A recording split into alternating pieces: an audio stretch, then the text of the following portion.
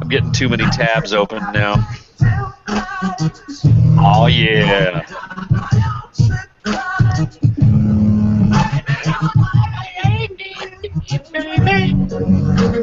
You know, the middle of the screen there, I've still got GP on there, and I still have Anna and Martin on there. Well, hey, but, the thing is, it's still, they're all on the outside part of the family, True. They may co-host, you never know. True. That's true. Exactly. Never say never anymore, right? I will Never say never. never. Never say never. So you guys saw that I actually kind of went live? Oh, live? What's that all about? We're live. I don't know, but I heard something. What the heck is What live? did you hear? I think I heard something. Let me see if I don't know. What'd you hear? I can only barely hear it. You know what? We're not going to start that way because Jimmy doesn't know how to run the freaking board. Oh, boy.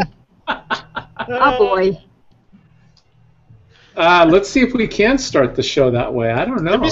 Should we start the show? I don't know. We'll give it a shot.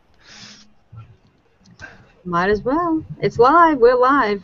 We've got to say something. Wow. Wow, what? Hi, everybody. Listen, as usual, if you've tuned in before, you've probably seen this particular intro before. We're working on changing it. Yeah. We should probably work on actually giving it some volume. Well, and we're also down a host today. Hey, look, Andrew's here. Or his beard showed up. Here? His Andrew's beard showed up. Yeah. So I guess Andrew couldn't make it, but his beard's here.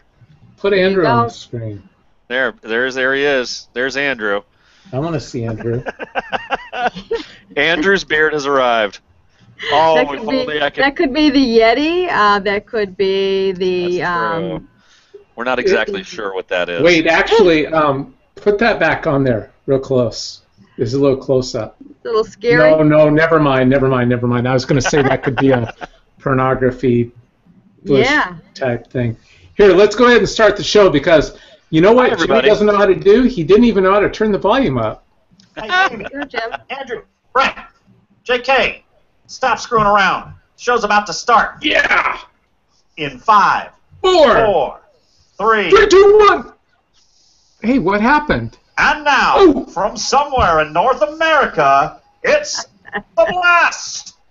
It's the show about everything, yet teaches you nothing, and still leaves you wanting so much more. I know I want more. So sit back, relax, and prepare to be entertained as never before. And now, here's the man that Gandhi gives his credit to for his personal inspiration, drum roll. JK.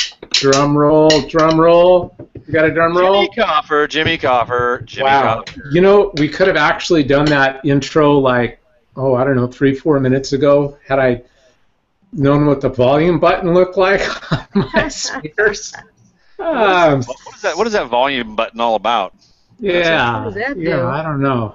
I'm new at this. That just raises the roof, I'm new at this. You know what's going to happen though is one of these nights we're gonna nail it. The intro, the stories, the commercials, all of it. It's just gonna go bam, bam, bam, bam, bam. And then we should quit after that. Should we? We could start over. I will so kick you. Should we start? Should we just start all over? Is that? Start the show over. I will whip you guys into shape yet. Hey, she said she'd whip us. Ooh. I knew there was a reason we added a woman to the show. That too. Yeah, and we just lost. Yeah, baby. And we just lost one of our 2 viewers on that one. Thank you very much. Yeah, good night, Lisa. Good night, Lisa. Hey, why do I have this focused on me? I'm sorry, guys. No, that's okay. Why do you? Well, he is a little narcissistic.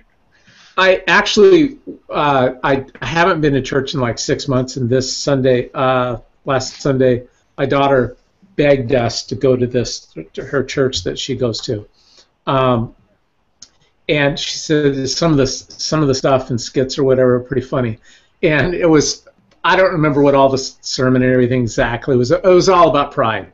Okay, it was about pride. And, you were drunk, weren't you? Yeah. No, it was all about pride.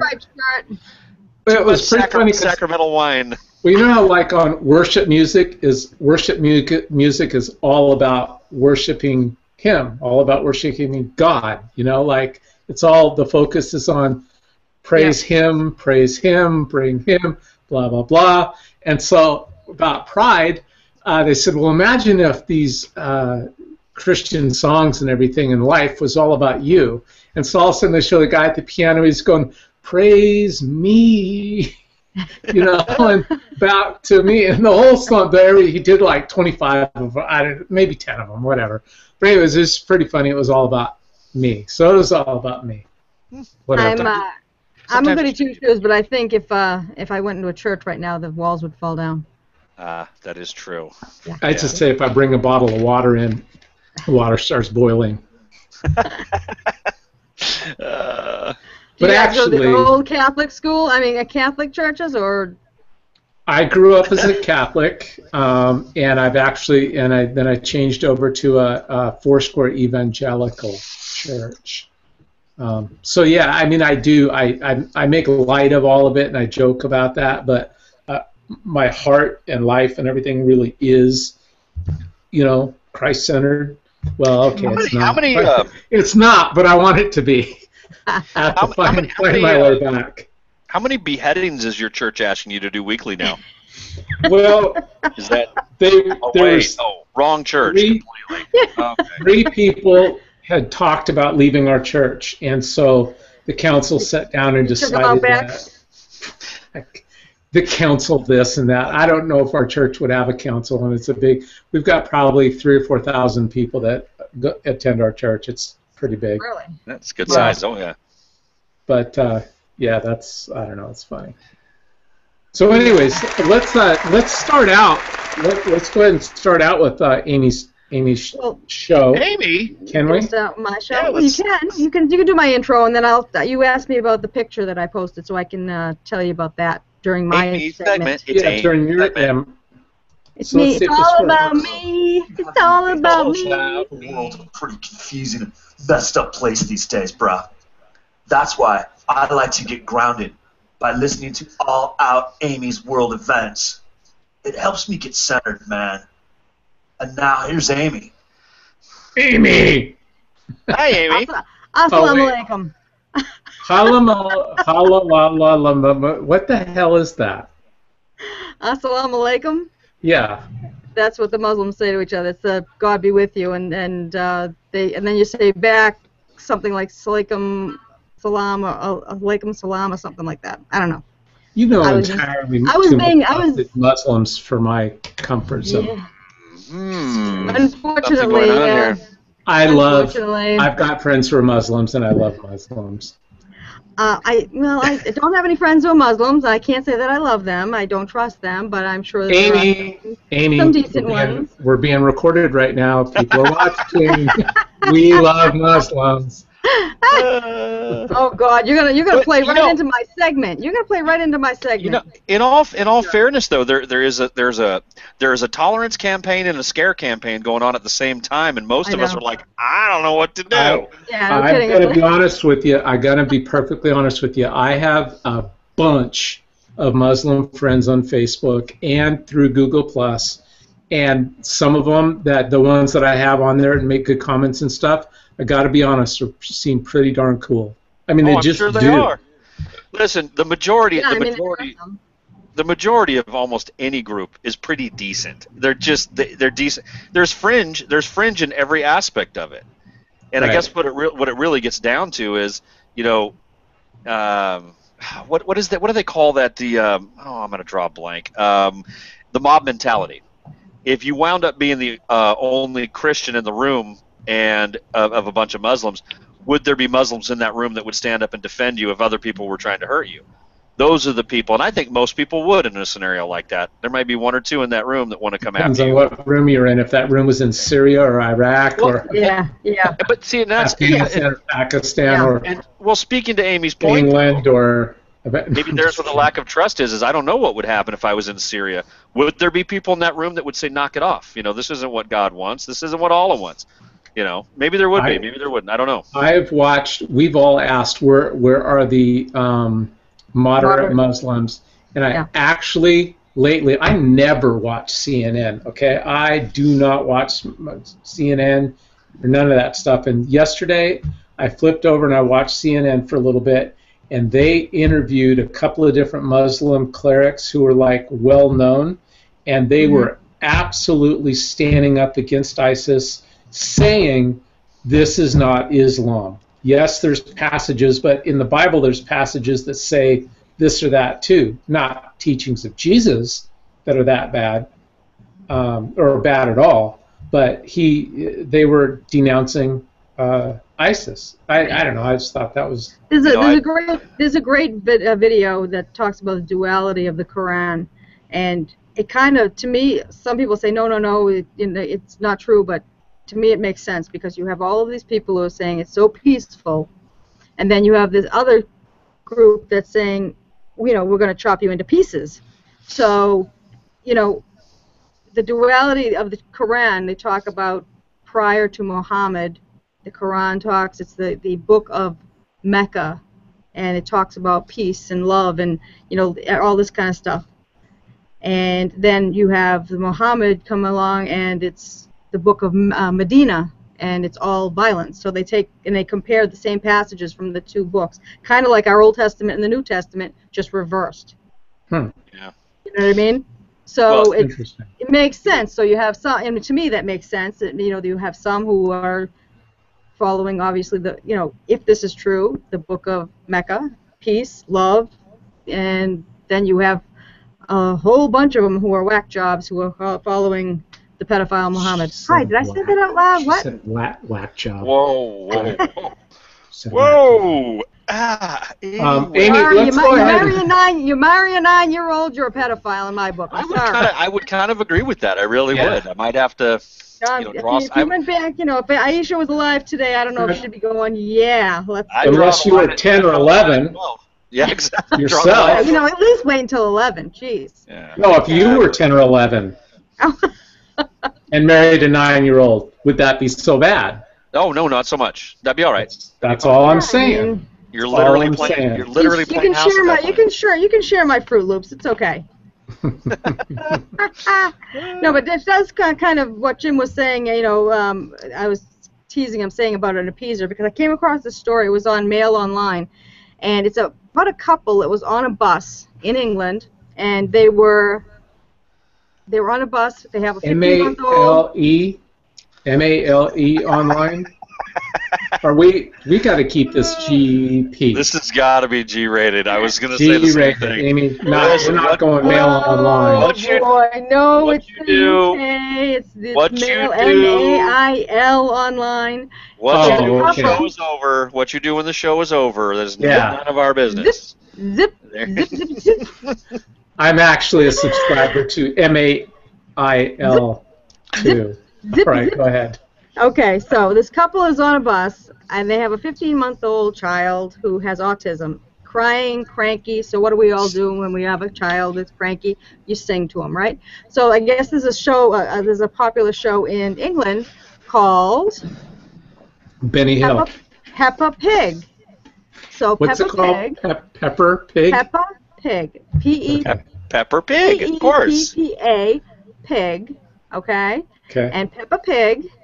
Let me give you a little screenshot of Peppa Pig. Whoa, look at this. She did a screenshot. I did. Wow, look at that. I can see it. Okay. Peppa Pig. And so they start singing this song, and in the song has little snorts and things like that. So what ends up happening? Okay, Peppa Pig's been around since 2004. And what ends up happening is the couple claims that this woman in a hijab comes running up to them, saying that she takes offense to the snorting sounds, and that they are referencing pork, which is forbidden in Islam, and she complains to the bus driver that they're being racist against her. So, yeah, okay, all right. So yeah, that goes over well with me, right? So, so she complains to the bus driver, and the bus driver, according to the couple, the bus driver went over and said, "Just get off the bus. It's easier." Wow. I'll have to call the police, and it'll just be easier if you just get off the bus. He said, just get off the bus. It's not worth the hassle. And the woman said, I was really shocked because we had done nothing wrong. 2 miles away from their home. They have to get off the bus and walk with this 15-month-old crying, right? So that alone totally pissed me off. That the bus driver didn't even bother to find out, and they're not going to. The police aren't going to investigate. No one's going to say that anything happened. But the bus driver just went along. It's easier just to shut this this Muslim lady up. Let's just go along with her and just get off my bus. They should have moved one of them to the back of the bus. They should have just told her to shut up and sit down. You know what I mean? Just mind your business, sit down, shut up, and the bus driver should have, okay, then call the cops. Sure. What are you gonna do? What's the cops gonna say? We're not doing anything but singing a thing that's been around for 10 years. It's a cartoon. Right. Can you put if it had been around for 2 minutes, it doesn't matter. No, that's true. Can you put that picture back up? You want Peppa Pig back up? Yeah. Hold on. I just want to make an observation that I noticed almost right away. Okay, one second. But I didn't want to interrupt. Let me get Peppa Pig back up for you. I like Peppa Pig. All right. Is it just me, or does the Mr. Peppa Pig with the round glasses and the stubble and stuff look kind of like Glenn Beck? Does it? I mean, I'm just wondering. Kind of look like Glenn Beck. Good one. In a way. Little outside, maybe. Rosy cheeks. Okay. We can take it. But like the thing that angers me about this is that there was a story in New York where there was a group of Muslims who came to the park, and in all of the rules and regulations of the park, and it says that if you and I went on a roller coaster ride, they wouldn't let you wear a necktie, they wouldn't let you wear a scarf, they wouldn't let you wear a long flowing garb. You'd have to tuck it in, because you get caught and then get killed. Well, safety reasons. Exactly. It's all cited everywhere. Everyone knows it. It's been around forever. And suddenly this group has a problem with it, and they want the women to wear the hijabs onto these free-flowing things onto the ride. And they cause a big stink. There's a big riot, pepper spray, people getting arrested. I'm like, where was this 10 years ago? These people, it's like, according to Obama, the Muslims, they were next to Kwai Chang Caine on the, building the railroads. They were on the lunar landing. They've been a part of our history since day one, according to Obama. And all of a sudden now it's a problem. They can't pack your pork products. They can't, go into another line in some, like what? They want to go on rides without having to take that stuff off. They want to take their driver's license. Where was this 10 years ago? My point is, we've seen the PC police though, or politically correct crap for years. Just never with the Muslim crowd. Always with some environmental whatever. Yeah, but Jim. They've been here. It's not like they're not new. They've been here for 100 years. Yeah. Well, you're right. According to Obama, they've been here building the railroad and everything too. Yeah, that's what I'm saying. So how come all of a sudden in the last 10 years it becomes such an issue, and that all of us are suddenly racist and we have to conform to what they? It's all there is a pattern to it, and it's everywhere they go, it happens. And once they come in and they say, poor me, I'm a minority, then they get minority status, and then they want special status, and then now all of a sudden they're demanding that you conform to their way of life. Well, that's great. Go back to your shithole. This is America. That's not how we do things here. Sorry, it just aggravates the crap out of me. Do you think Obama's told the truth, or do you think he's lies? Oh, he's a lying sack of crap. What about you, Brett? Obama? Yeah. I know, it's almost laughable. It is laughable. I mean, I don't think he knows how to tell the truth. And I don't think so either. What do you think, Brett? He's very good at being a politician, and politicians will basically regurgitate whatever the mood, whatever the situation, they will regurgitate what fits the mood, is what I was trying to say. Okay. Amy, all that stuff that you just mentioned that was never around 8, 9, 10 years ago, all this, the really, really heavy-handed bowing down to Muslims and stuff, do you blame a lot of that on Obama? I think it started with Bush, with his "we're not at war with Islam." Right. And it has just now, it's like on a fast track under Obama. Yes. So then I would suggest that Obama is the most honest president we've had in history, because he has told the truth. He's fulfilling his promise to fundamentally change America. He told the truth up front, what he was going to do. He asked everybody for help, and enough people went on board with him, and he did it. I mean, he's an honest guy. He's a jackwad jerk-off who's a horrible guy, but he's honest. That's very true. So you got to give him credit for something. You know, I think he has screwed us royally, and he said he was going to. Yep. That's true. People heard what they wanted to hear. But he was telling the truth. I want to fundamentally, he said, we are days away from fundamentally transforming this country. And that's what he did. Yep. We have a bunch of loser neighbors, a bunch of just these people. We've got this MTV generation with people paying attention to the Kardashians and Dancing with the Stars. And I mean, God bless whatever TV show you want to watch or whatever. But we've got apathy that has come in. We just let it go, and he took advantage of it. And that's why I say you can't give an inch because they take 10 miles. That's why people need to be watching the blast and spreading the word. That we are awake at the wheel. It's not all just political stuff. No, we are awake at the wheel on every kind of topic, and we're not going to go to sleep on it. We're not going to let other people go to sleep on it. Well, what I think is we live in a country now where the majority is being shamed out of their own opinion. And you know, we talk about tolerance, and I mean, you know, one of the big issues here is, you know, gay rights, gay marriage. I mean, you hear about that all the time, and it doesn't matter where you lie or which side you come down on. But the point is that if you don't come down on the pro side and the allowing thereof, then you're wrong. And that just fundamentally to me is like, wait a second. You're asking for tolerance, you're asking for understanding, but you fundamentally do not give it. You will not let somebody else have their opinion. How is that possibly right? How do you not see this? I know. Glenn Beck just had the husband and wife on from Melissa's Bakery, who actually, I know those people, not well. I've met them before. I went in to try to get them to be my customer through this other job that I have that I won't mention. Did you see the video posted on my timeline? When he came out with a knife and he was trying to stab some customer. No. And his wife was holding. Yeah, it was an actual thing. It wound up being a thing. He came out and he was trying to chase it. Yeah, he had a knife, and then he came back later and said, "Oh no, he's mistaken. It was a pen." But there was another customer that got the whole thing on their camera, on their phone camera. Is that the whack job from Arizona? Yes. No. In Scottsdale. Yeah. Oh, in Scottsdale. I'm talking about the people who own the business here about a mile from my house. Oh, Melissa's Bakery. Okay, they were guests down at the Family Voters. Yes.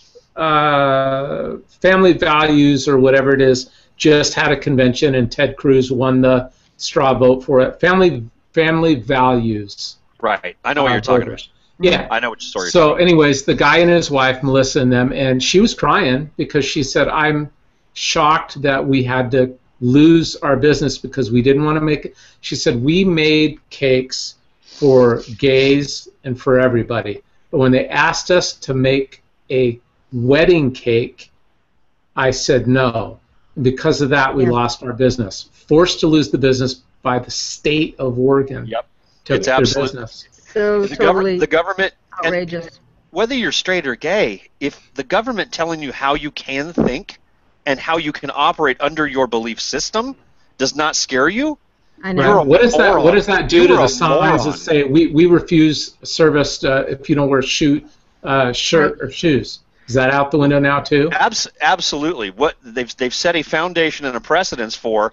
All I have to do is come up with say, "Oh, that lady over there, she sneezed. I find it highly offensive that she sneezed in front of me. Is she trying to spread disease? I want her out of here right now." Well, there's a couple in New York. There's a couple in New York, who recently in the last year, they owned property. They did weddings in their home, and they rented out their property for the receptions. And they were told by the state, you will marry this couple inside your own private home, because it was a place where they had done weddings. And finally they said, okay, we'll shut it down. We just won't do any weddings. And the next thing that's going to happen is churches. And churches will be threatened that you will lose your tax-exempt status if you do not have a gay wedding in a evangelical church or something. I wrote a long piece, it's somewhere buried in my history on my timeline, about what's coming, and that's exactly what this is. One of the fundamental changes that has to occur is that Christianity has to be wiped out and destroyed, and it's happening a lot quicker than I thought it would. Because the foundation of this country, whether you admit it or not, the separation of church and state, I mean, that's always been a thing, but it's never really been a thing. It's always been one nation under God, and we've always had a fundamentalist kind of a Christian foundation, but they've got to they, them, those guys, and we always say they, them, those guys, the government. We're not specific because none of us really know what it is, but we know it's something. Yeah. We know it's something, and they are not just taking it down brick by brick. They are hitting this thing with heavy machinery and knocking it down faster than I even possibly imagined. Even the thing I wrote a few months back saying what was coming with the destruction of the Christian church and the Christian value system. And you're again, the majority of people in this country are being shamed out of their own opinion. It's shameful if you don't let gay people get married. It's shameful. How dare you think that way? Yep. This gal who lost her business, Melissa, was forced to shut down, was crying, and she said, just because I didn't want to make a cake for these people, or because you don't agree with somebody, they're now telling you that you hate them. Right. And that's not true. But anyways, before we go further into this, because we really dived into Amy's time and took it in a different direction, and I want to go back to Amy to finish her thoughts and things that she has prepared. Go. 30 seconds go. Okay, no, we didn't really have Thanks to go for coming, Brett. Okay, out of time. That kind of was, it did follow in line of people appeasing the politically correct crap. But I did have something else. What? Behind you. Look behind you. It's moving. Oh. That thing that you bought yesterday is moving. That's little Sadie. Hi, Sadie. That's little Sadie. Hi, little girl. Yeah, she's coming up to say hi. Hi. That's my little girl. That's all of a sudden you saw like a gremlin behind me, huh? That's what she looks like, I'm sure. She's watching you go, what the hell are you doing? Yeah. She's like, Mom, just hold me, will you please?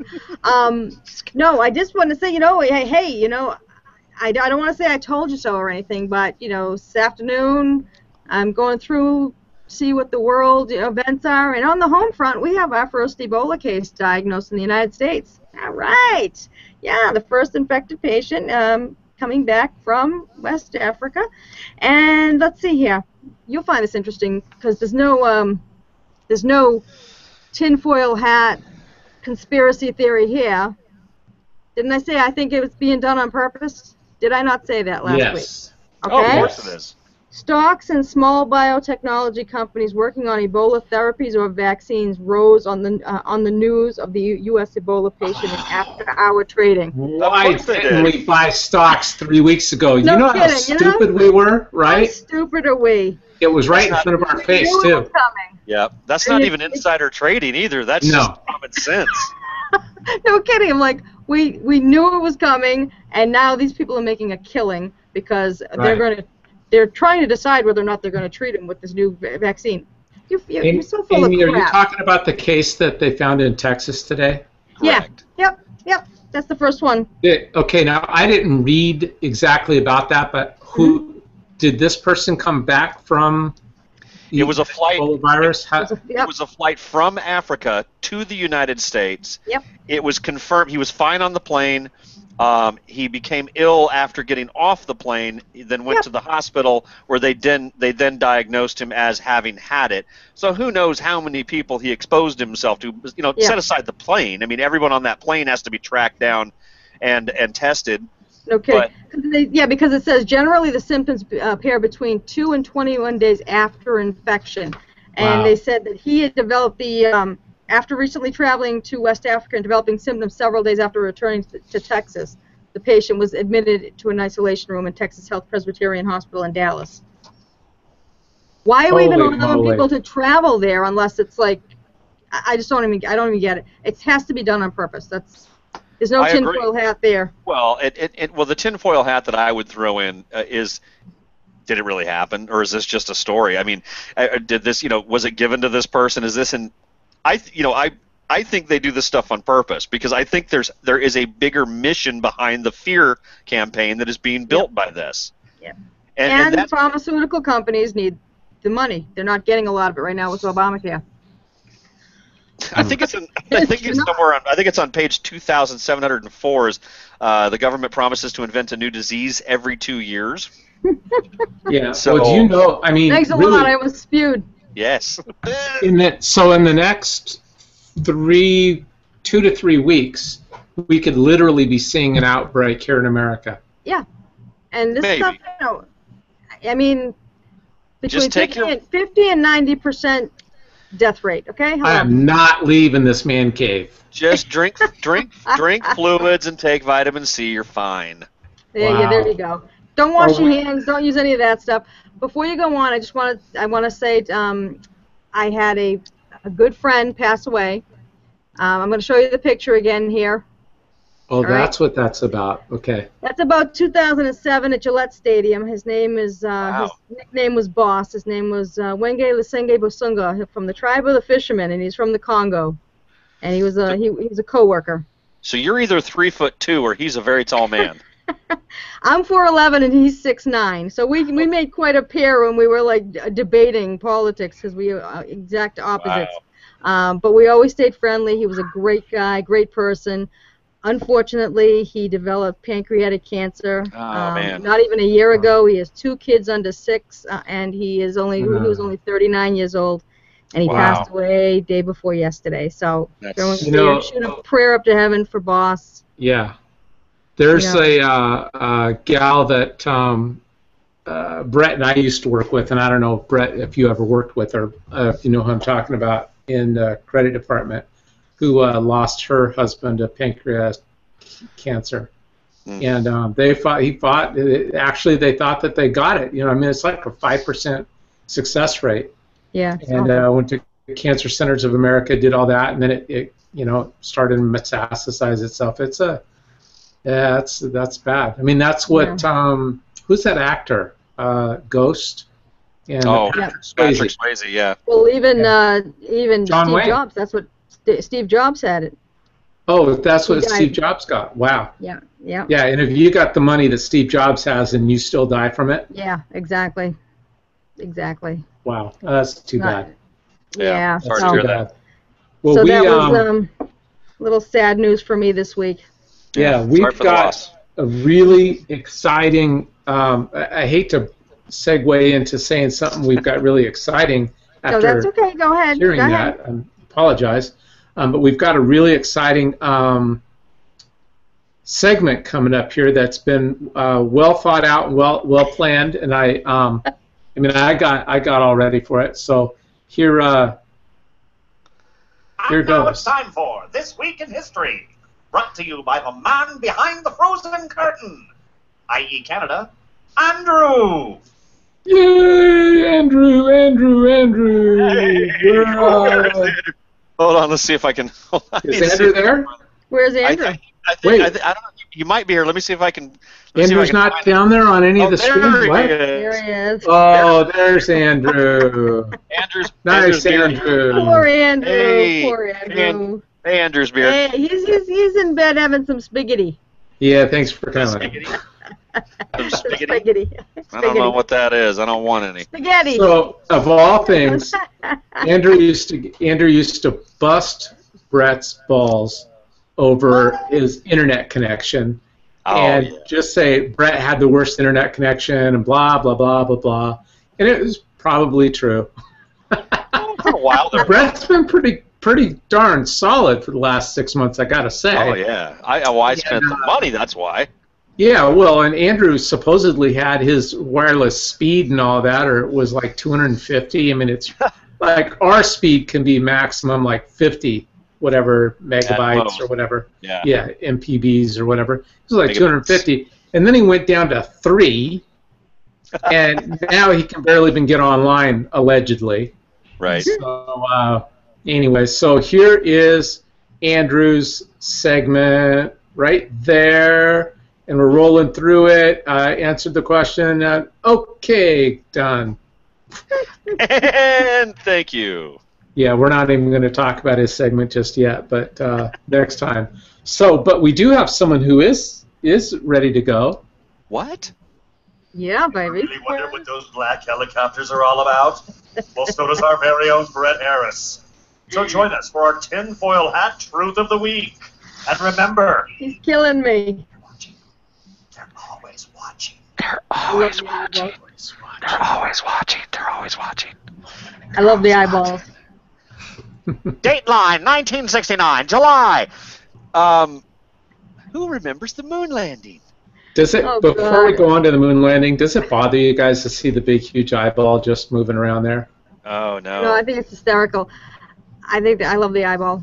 It's watching. I just got to tell you, my mother made us sit and watch this, and at 4, when I was born in 65, so I was, what, 4 years old? 68, you said? It happened in 1969. 69, yeah, so I was 4 years old. July 20th, 1969. Oh, I was bored out of my gourd. Now I know it's exciting history, if it's true, according to Brett. Did you know that you were probably watching something that had been done on a stage? Now, before I go too far with this, I always knew I hated opera. I'm not suggesting. Yeah. I'm not suggesting. I got that. I'm not suggesting that we didn't go, but I am suggesting we didn't go when they said we did, and I've got a giant theory about that. Look at that moon behind you. Of course I do. Now, the reason that I brought this one up this week is basically due to the fact that very recently. That thing around. No, it's getting a little creepy, actually.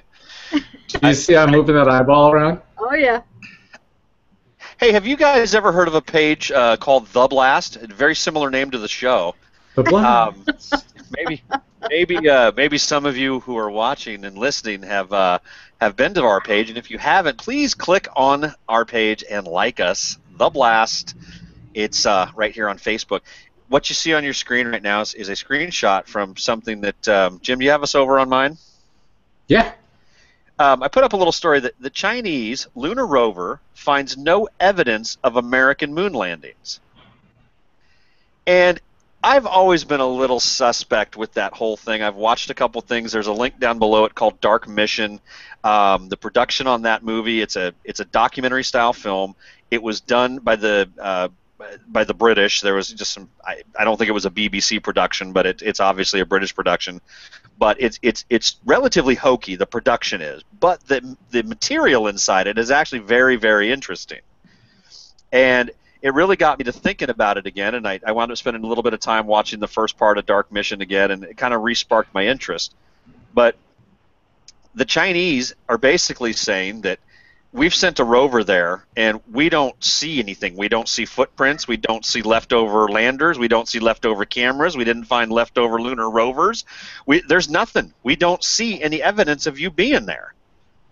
And no damn flag? There's no flag. Apparently, you and your I don't even want to hear it. You and your tinfoil hat theory. Have you never heard of solar winds? Came and blew that shit away. They smoothed it all out. It's gone. It's absolutely correct. Well, I'm teasing. Go ahead. Tonight, I thought we would take a little bit of time, and I found a web page. This is not mine, but I'm gonna kind of steal some of the pictures from it. But yeah, this is the top 10 reasons. Top 10 reasons why the moon landings might be faked. I'm not saying they are. I'm just saying they're faked. You're saying they're faked? I'm going with faked. You're going to go with faked for sure. I'm going with faked. Okay, so let me see here. I got to figure out a way to get this up. let's go back into screen share. So the first one that comes up that I'm very fascinated in, and you could see this if you were to get into the movie a little bit that we post there. Number 10, the waving flag. Now, Jim, I'm sure that you've heard a few theories about why this was waving and whatnot. Yes, but, my daughter said, and then my youngest daughter is now 27, all the way back when she was like 12, told me, Dad, that they never landed on the moon. And I go, why do you figure? She goes, because. You ever seen a picture? The flag was waving. And all of a sudden I go, what? Even my kids said this. Go ahead. Right. Well, now a lot of people, one of the arguments against that is it says, now hold on, all you conspiracy theorist morons. Okay, what it was there was wires, thin wires that went around the edge of the flag, and so when they took it out and they had it on the post and they kind of unrolled it or stretched it out, and so the wires are bent. And in that still shot, that would make sense. That still shot, sure, the wires are bent. The problem is when you watch the movie, the video, the actual video of them supposedly setting the flag up, back along where the edge of the flag is towards the pole, you can see it fluttering up and down ever so quickly. It's fluttering like wind is blowing through the space between the pole and the back of the flag. Or a fan. Right, something is blowing air through it. Right. So there's your first one. And just take these for what you will. We're just going to go through them real quick here. So, anybody curious as to how the flag stays up? I hate the word to use erect, but it goes supposedly it's like this, and it's on a thing, and they click. But then okay, so I've moved on to number 9, just real quick here.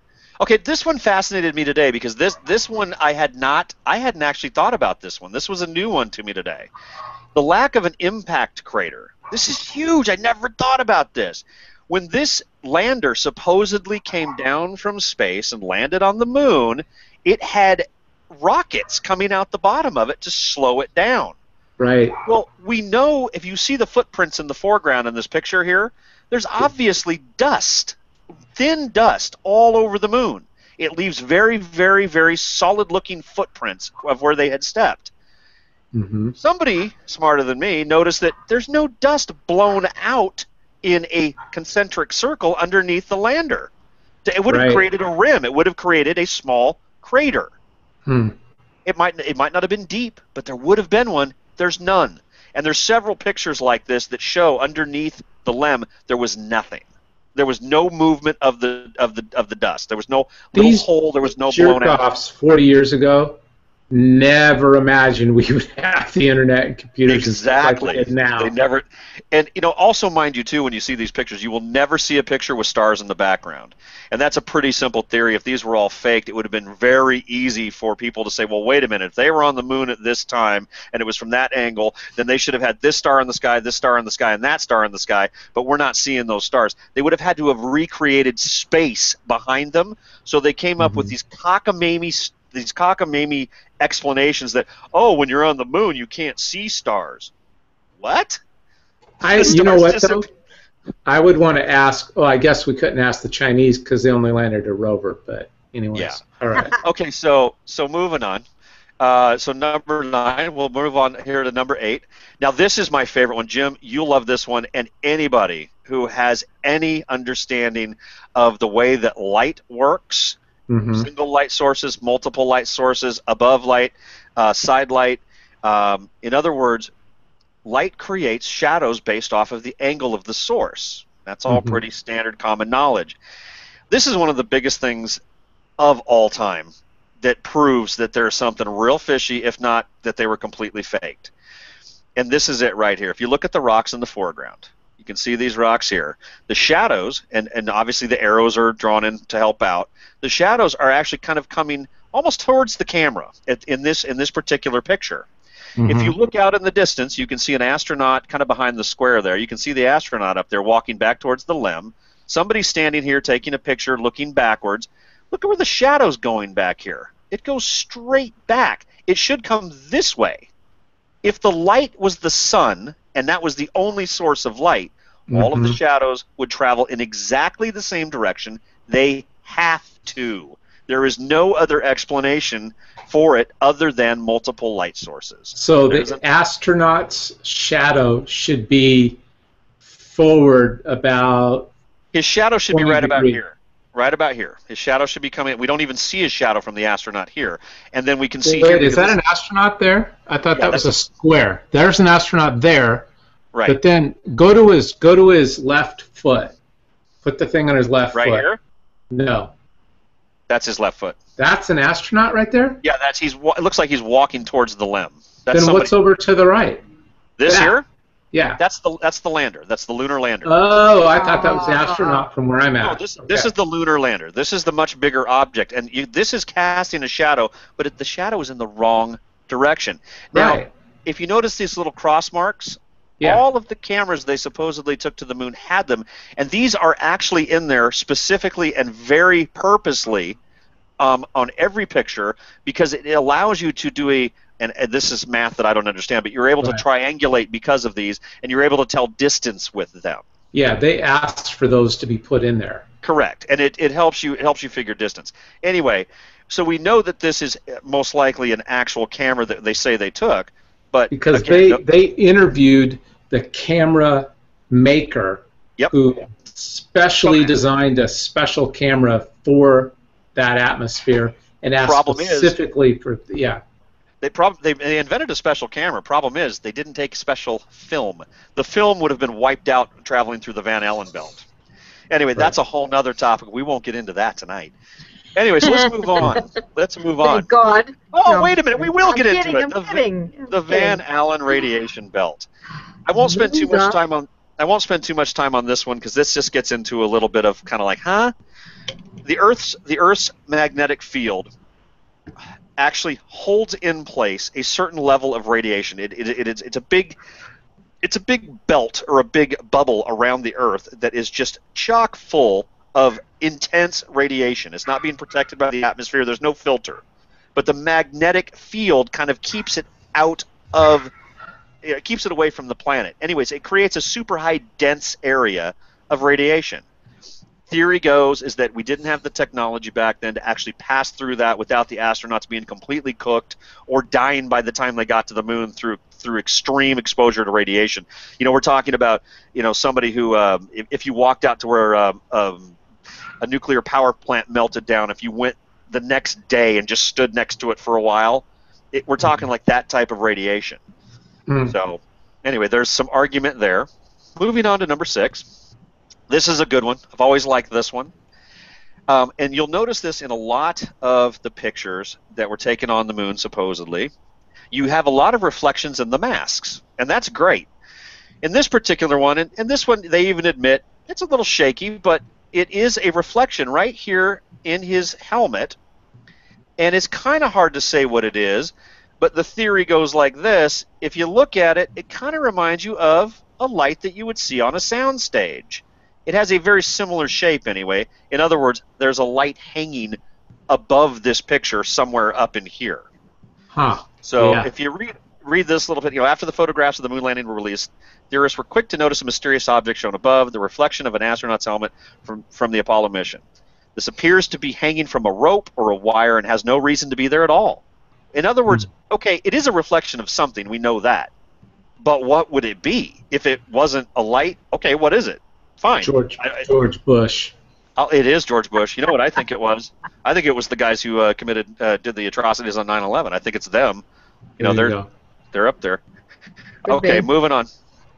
Now this one, the video's obviously not there, but I've actually seen some of this. It's in the movie, but they do show when you actually speed up. I've seen Michael Jackson do the moonwalk. That's what that is. If you ever do see if you ever take the time to watch the movie that's there on the web, the Dark Missions, they do show they speed up the film to what they assume is actually regular speed. The guys look exactly like they're just dancing around on Earth, no different. The film was slowed down, is what they're guessing. Every picture, we just talked about this a minute ago. Total lack of stars. There's not a single picture. Not a single picture. And then the argument here is that NASA would have found it impossible to map out the exact locations of all stars for the hoax without being rumbled, and therefore left them out, intentionally because you can't just throw up a bunch of stars because they actually have a place in the sky that they are during a particular point in time. In other words, it would be easy for even you and I with the right effort. We could go, wait a minute, they were on the moon at this time of day, on this month or during this month, this time of year. So we would know that here we would be able to see Mars in the distance, and here we would be able to see Sirius, and here would. In other words, they would have had to in every shot perfectly mimicked a fake background. That's why there's no stars. They just said, you know what? Too much trouble. Let's come up with a lie. Yeah. Even from Earth, you can take pictures of stars, and you get pictures of stars. And that's with an atmosphere. There is no atmosphere on the moon. There's no interference. The stars would be brilliant. They would actually be brilliant from the moon's surface. Yeah. This is one that I've always loved. And again, there's some weak explanation for this one. Chris Rock was there? Chris Rock was here. The Sea Rock, baby. Wow. He was the first black man on the moon. The sea here. Supposedly, this is something you would find on any stage. You would mark it with a letter, and it would correspond with a letter somewhere here on the ground. The sea rock's supposed to go where the sea is. So this was actually set up like a sound stage. And they're just, it's kind of hard to explain why that's there. It's a pretty good-looking sea. Who knows? I mean, if you don't believe everything's real, then you're saying, oh, it's natural. Oh, it was something on the film. Well, I don't know. Looks like a C kind of etched in there to me, but that rock probably should have been upside down. And so now here, this gets into a great one because the crosshairs. Yeah. How is that crosshair behind something that it's taking a picture of? Right. That would be impossible, being as this is on the lens of the camera. Right. So kind of interesting there. Maybe those were the crosshairs that they asked the camera people to put onto the lens so that they could get their distance. Yep, they aided with scaling and direction. These were imprinted over the top of all photographs, of the photograph itself. Some of the images, however, clearly show the crosshairs behind objects in the scene, implying that the photographs may have been edited or doctored after being taken. The photograph shown above is not an isolated occurrence, and I've seen many others. Many objects are shown to be in front of the crosshairs, including the American flag in one picture and the lunar rover in another. So, Amy, before we're done with you, you're going to believe there was 2 shooters. Absolutely. There was 2 shooters. And George Bush gave 19 hijackers high fives after they got out. By the way, on that island. Hey, I'm going to wrap all this up, and we will be bringing bring this tugboat home. Again, I'd like to point out in the background, no stars. Funny. Okay, so here's my favorite, and this ought to tell you a little something. Duplicate backdrop. This is a sound stage. If you'll notice here, and you'll notice the contour of the land is exactly the same here, except the lem is here, but it's not here. The mountains are exactly the same, down to the bump in the backgrounds, and this is the same, and that's the same. It's all the same exact background, except the foreground is different in this one, and the lunar lander is different in this one. But funny enough, if you take them and you overlay them, the backgrounds match exactly. So these pictures were supposedly taken miles and miles apart. However, it appears that even though they were taken miles and miles apart, somehow they have the same background. Sure the Transformers didn't do it? I don't think so. No. Now, the background's match, and again, notice not a single star in the sky. So there you go. Anyway, that's all I've really got there, but I will wrap this up for you guys because I can explain why all of this took place. Please do. First and foremost, John F. Kennedy was a president that was very influential and probably could have actually affected change in this country. And the powers that be didn't like that too much. And he wasn't really a war kind of guy. He didn't really want to go in that direction. He was a president that was well-loved and was probably able to get the American people behind him. Well, he came out and there was lots of reasons for certain people to not like him. We all know that. So he came out and said in a speech that we were going to put a man on the moon by the end of the decade, by the end of the 60s. We would do it before that. Well, and this is kind of intended to be funny, but you got to think that there was a whole bunch of people that went, "What did he just say? Put a man on the moon? This guy's a lunatic. We can't do that. We don't have the technology to do that. This guy's got a lunatic, like lunar. A lunatic. Okay, lunatic. This guy's gotta go." And sure enough, a year later, he gets shot dead in Dallas because they're like, "This guy's, I can't be saying that, man." And then my other thought is that the reason that we did it, we knew we couldn't get there. We knew we couldn't go. We didn't quite have the technology yet. We were hoping to have it developed by the end of the decade. We were hoping to be able to get it done by 1969. We were hoping to live up to our promise. We were in the middle of a Cold War with Russia. But what we did do is we got Russia to spend billions and billions of dollars in a direction, in a race to get to the moon. They were squandering their funds. $25.5 billion disappeared into NASA to get us to the moon. And somehow in that period of time, we became so military powerful. I'm kind of guessing maybe that $25 billion didn't all go to NASA, did it? My thought would be that in 1969, they were not ready to go. They did not have the ability to do it, but we needed to save face because of the promise made by Kennedy that we would do it before the end of the year. They faked the whole damn thing, and we actually did wind up putting people on the moon, but probably not until 71 or 72. They just weren't ready yet. They were close, but not quite ready. So I don't think the whole thing is a complete conspiracy, but I do believe that a lot of the video and a lot of the pictures were absolutely faked because they could not get good, clear, solid shots, and they didn't want it to look like we failed to meet our deadline. So there you go. And they could, the film could have been faked, and the pictures could have been faked, and all that kind of stuff, because maybe one of the astronauts spilled Tang. Right, you got Tang all over the and they had to recreate it. He's like, "Hey, I'm just coming after a long day on the moon. How do you get the film out of it?" No, just oh, it's all exposed. We gotta recreate it. Yeah, what are we gonna do? I'm out of film. Mike spilled Tang on all the other rolls. Mine is as I guess as plausible. Plausible, thank you. As yours, maybe? I don't know. I didn't think about that. They had to fake the pictures and they had to fake the video because somebody spilled Tang all over the original. That's exactly right. I didn't think about that. That's all very interesting for sure. Yep. Right. It is. It gives you something to think about. That's all I'm saying. Believe what you will, but there's a lot of evidence that shows it might not be quite what we thought it was. Brett, I'm gonna give you an A for that. That was well done. Thank you very much. Thank you very much. Nice. You never even pointed at the moon.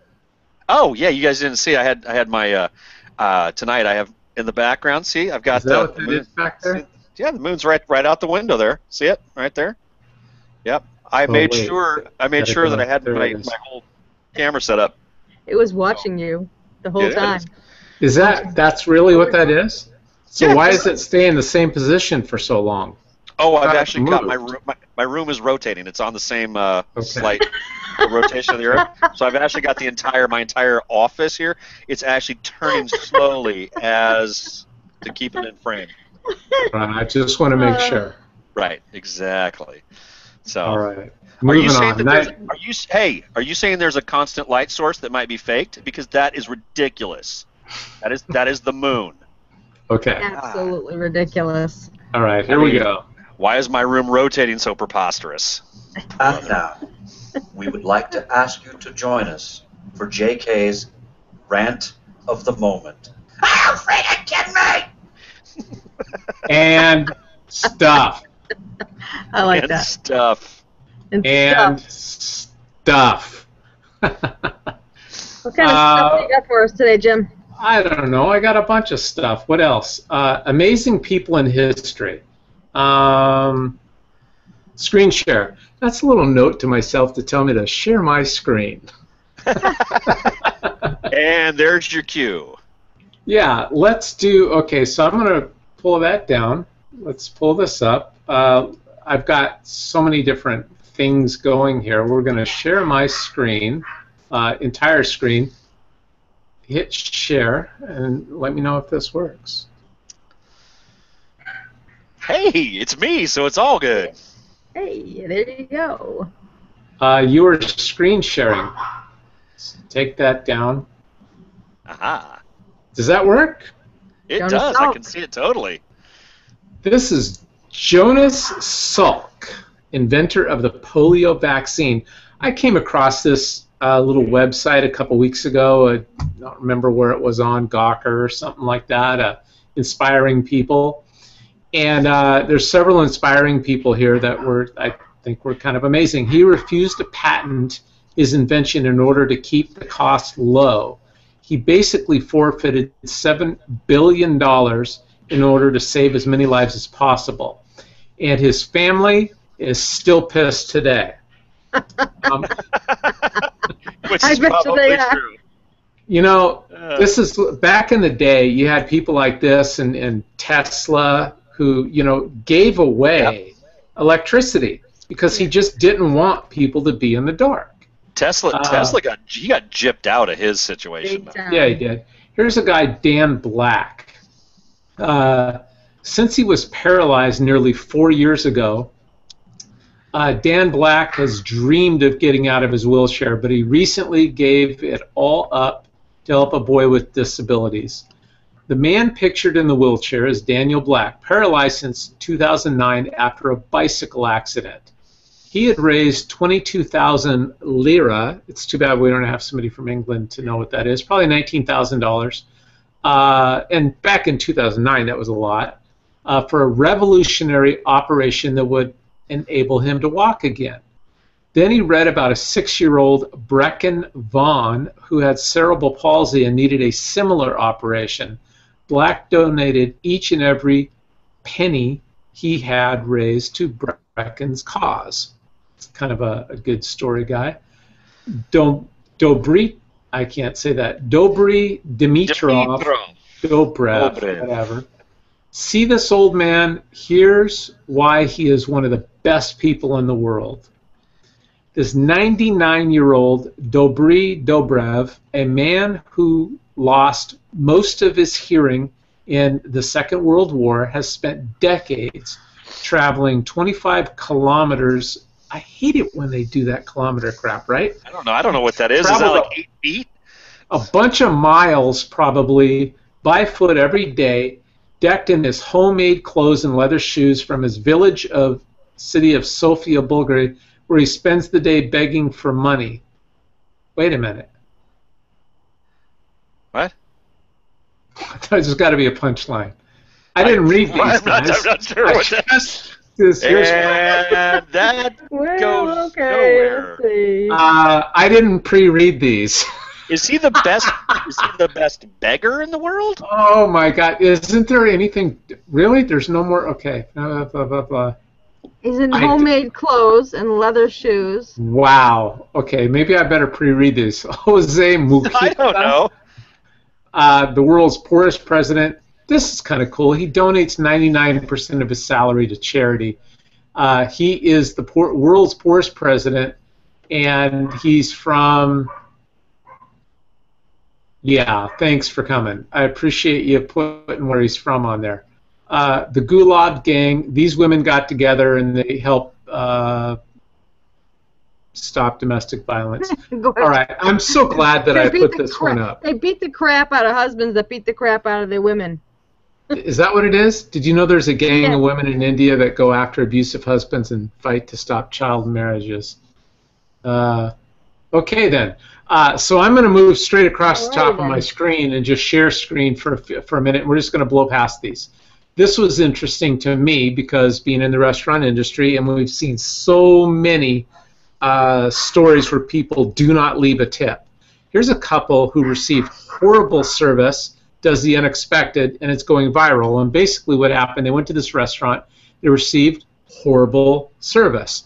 Well, the couple used to be waiters and waitresses themselves. And they had talked and said, you know what?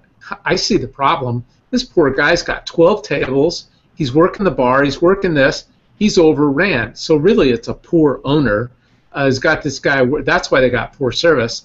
So they left a thing, $100 tip, and they've said, we've been in your shoes. We know what it's like. I thought that was kind of cool. Instead of giving the guy no tip. Yeah. It goes, so here's the deal. Our service sucked tonight.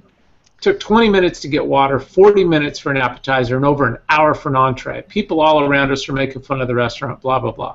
Anyways, and then that's the rest of what I said. Anyway, that's what I said before. All right, moving on. All right, I just want to let you know that the 22,000 pounds is actually $35,000, $35,702. Really? So $35,000 back in 2009 was a lot of money. God, you talk about 2009 like it was like 1962.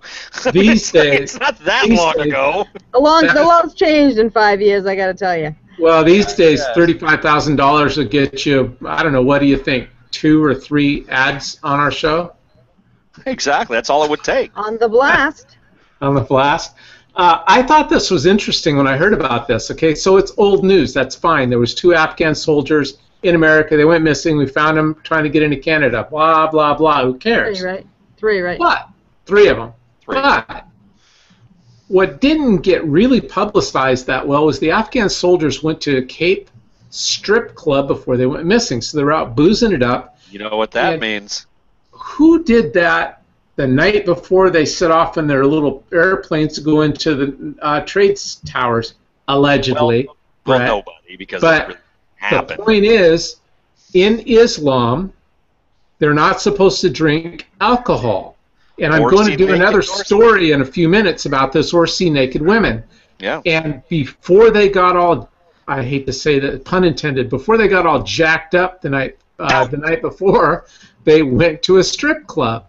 Well, where'd these guys go? So they clearly, in my estimation, were heading to do some sort of bad deed. Hold on. I'm just saying, it's weird. Hold on. I've got just an alternative theory. Okay. The guys are like, hey, tomorrow we're going to escape. We're going to leave. Were they Mexican? I think so, man. They're Arab Mexican, eh? Going to be Canadians, eh? I can't do the. Yeah. More guttural. When we leave tonight. So wait a minute. Maybe it was like, hey guys, we're going to be leaving here. We're going to be escaping, and we're going to go to Canada, and we're going to live our lives forever. Why don't we check out the strip clubs here and compare them to the ones in Canada? Hey, what idea? Let's see who's better. All right. I'll buy that. Wait a minute, but you know what, Jim? Before you go to the next one, there were 2 more that went missing from Virginia and were also found in Buffalo, New York. So, I don't know. Really? Yeah. See, it wasn't just the 3. There was those 2, and I'm thinking that they were supposed to meet up and do something coordinated at a certain time. Right. It was somebody's bachelor party. They were going to another. I'm just saying. Either that, or they just didn't want to get their heads lopped off once they went back to Afghanistan. That's very possible. It really is. Yeah, but they were working with. I know. So Eric Holder, isn't this funny? Takes a $77 million job with J.P. Morgan Chase, and everybody from the left was freaking out. What was going on during Wall Street? The wall. What are those people called? The demonstrators. Occupy Wall Street. Occupy Wall Street. So Occupy what? And they're upset with Obama and all these people for whatever. Well, here he is. He is going to be starting in early November. Holder will serve as chief compliance officer. Now that's funny in itself, right? No kidding. Compliance officer. Lobbying Congress on Congress on behalf of get the best deal possible. Jamie Dimon is the boss. Anyways, so it goes without saying. You can't make that stuff up. But you're missing the last sentence. This is made up, though. Go back to that. It is not made up. It is. Is it? Go back to it. Oh, you telling me that I did? I can't go back, but I just dumped it. Tell me why it's made up. Well, the next sentence that you didn't read, it said, other duties will include him fetching coffee for the CEO. Yeah, but that guy... That was the other sentence. I know, for Jamie Dimon, but that was a true story, wasn't it? No, he's going to fetch coffee and donuts for the CEO. No, that part wasn't true. But he did get a job with J.P. Morgan. I don't think he did, but okay. He did, didn't he? He still has a job. Anyway, go ahead. Moving Amy, on. Please find out. What do we got going on? Look it up. What's going on? What's going on here? All right, we did a story on this where the saw officer it, beat the crap out of the woman, right? The supposedly homeless woman. Well, they interviewed her. I don't know how homeless she was. I didn't really watch her interview, but how homeless was she? $1.5 million later for getting that beating, she's not going to be homeless for long. I hope she. By the way, I hope she took it out of his entire life savings. I think that he. Oh, it says here, and he has, quote, elected to resign. Oh, really? Yeah. Yeah, he elected, all right. Yeah. Dude, he's exactly what is wrong with the police in America today. Yeah. Police alert, you won't believe what the green police are doing to citizens now. This is a true, honest-to-God true story. Amy, this is happening 2.5 hours. Right here in the Northwest. Where we are. Up in Seattle, okay? Up in Seattle. It's a true story. It's a sure sign that the world has gone mad. In the liberal haven of Seattle, nestled in the Pacific Northwest, have gone further, brand enforced, blah, blah, blah. Okay. Well, long story short, I'm not going to read this yet. They are fining people for throwing away food because they want you to compost it. So it says Seattle residents who throw away too many pizza crusts, coffee grounds, and uneaten leftovers in the regular garbage will now face a fine in one of the toughest mandatory composting efforts in the country, the official said. The Seattle City Council voted on Monday to impose a $1 fine on residents each time they fill more than 10% of their home garbage with compostable waste, such as food scraps, paper products. How are they going to measure it? How are they going to measure it? I don't know, but they're going to pay people to find a way. We're going to fine you because you've got 10% or more in there. It's like, no. I weighed it out. It's 9.8. Repeat offenders could see a $50 fine. Mandatory composting in Seattle will be enforced by the Seattle trash collectors, who will enter violations into a computerized system. Offenders will then receive a notice on a garbage bill that their fines will be included in the next thing. That's Seattle's measure is more lenient than the 2009 mandatory composting law in San Francisco. You can't make this crap up. I know, it's unbelievable. My whole family lives in Seattle area. They dig this kind of crap. People still think that we live in a free country. It's funny. Okay, so now they're upset. They're upset at Obama is throwing Clapper and everybody else under the bus, saying, hey, they misled me. And I think that that's going to be his cover for actually putting boots on the ground, because he's going to say, had they told me early on that ISIS was a real problem, I would have authorized strikes a long time ago. Now we're being forced into boots on the ground. Yeah, but Jim, today, who's the douchebag? His spokeswoman, the douchebag with the short reddish hair. She comes out and she's saying, no, we've been tracking them for 2 years. We've been tracking them for 2 years.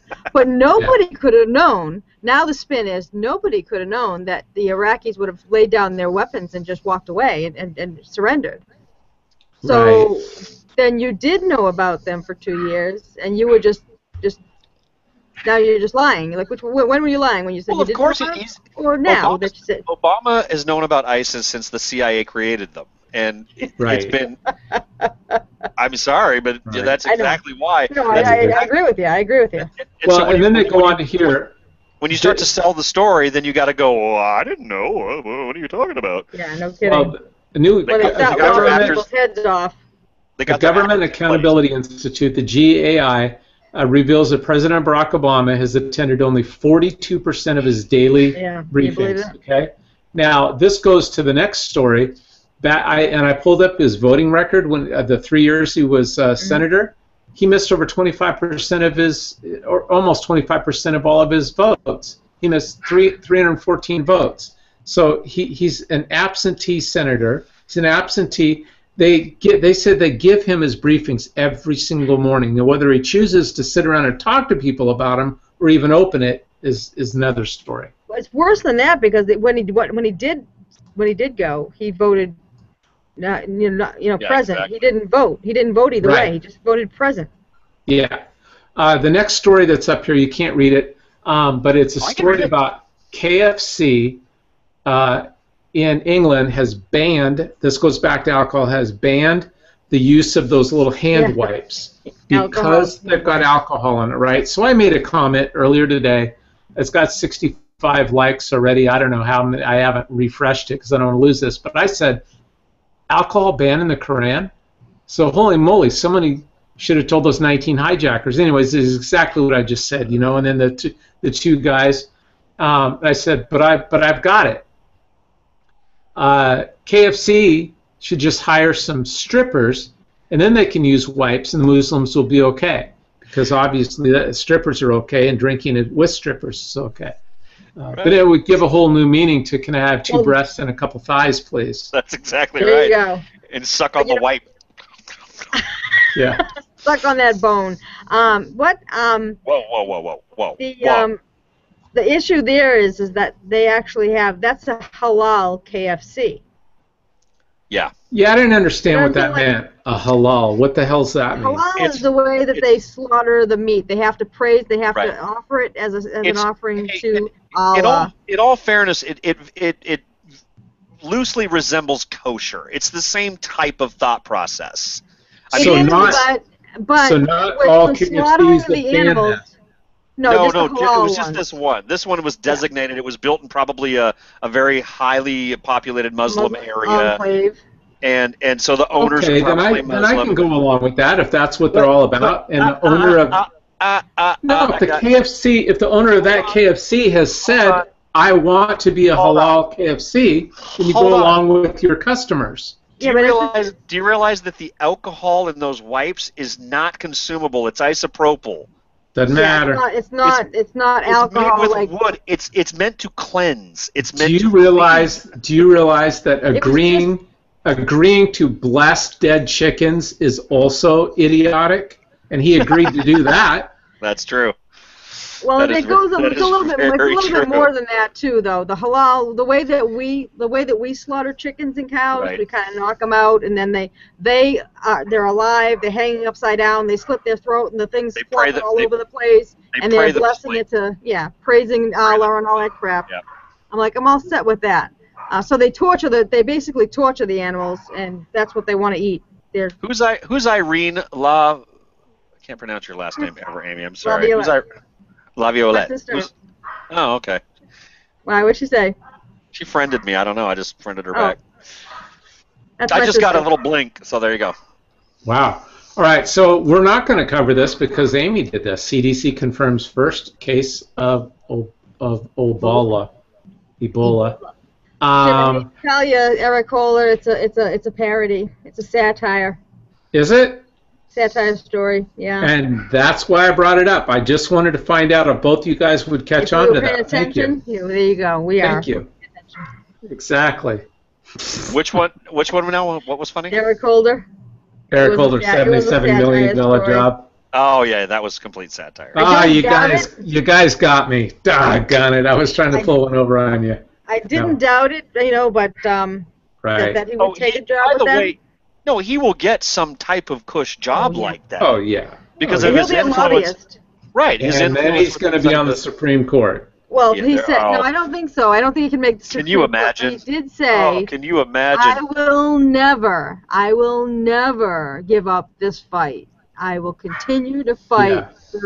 So he's not going anywhere. But I don't think he'll make the Supreme Court. There's too many skeletons in that closet. Well, we'll see. So the Secret Service. Okay, first of all, the guy who jumped over the fence last week. You all heard the latest story on this, right?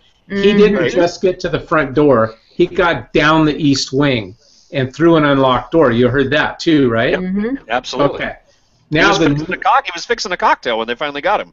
Probably. Here's the newest thing. Check this out. Just a little part of the video. This came out.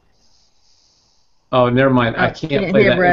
If I play the video on that, it's going to have feedback. So forget it. Right. So anyways, Secret Service let an armed felon ride in an elevator with Obama. And I'm not even going to read the damn thing. But anyways, he was on a trip somewhere. He was visiting the Centers for Disease Control Prevention in Atlanta, blah, blah, blah. And so what it comes down to is the Secret Service failed to vet this guy who was he was part of the team working at CDC or whatever, had a weapon on him, and they didn't even do a background check on him or whatever. Well, this, it's like, as much as I abhor Obama, it's like I don't want anyone to kill him and make him a martyr. Right. It's absolutely outrageous that they're allowing this to go on. Can I say something here for a second? And I've got to ask you something, Amy. The other day, you had made a comment on your, I don't remember what it was. You had said something, and somebody responded on your page. Facebook. Yeah, on Facebook, and somebody responded and did a post that says, "Yeah, we should kill that guy" or whatever. Yeah. Is that what you were responding to when you said, "Hey, I'm not going to have my page jeopardized by some idiotic comment"? Yeah, well, it wasn't. A lot of people seem to say that because I get a lot of traffic on my page, and a lot of people say that type of thing.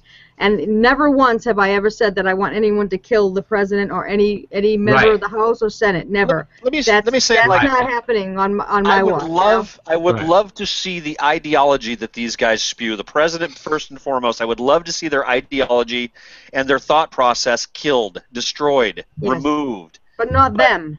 Whether he's a good president or a bad president, I don't want anybody to kill him because he's our good president or bad president. In this case, bad president. Right. But he's still our bad president. Well, but I saw this comment on anybody. I saw this comment made by a guy. It was a very simple, short thing. It says, "Yeah, we need to kill this guy," or something like that. And it didn't sit with me right. And I knew you would see that. I almost sent you a copy of it that said, "Hey, you need to check this out."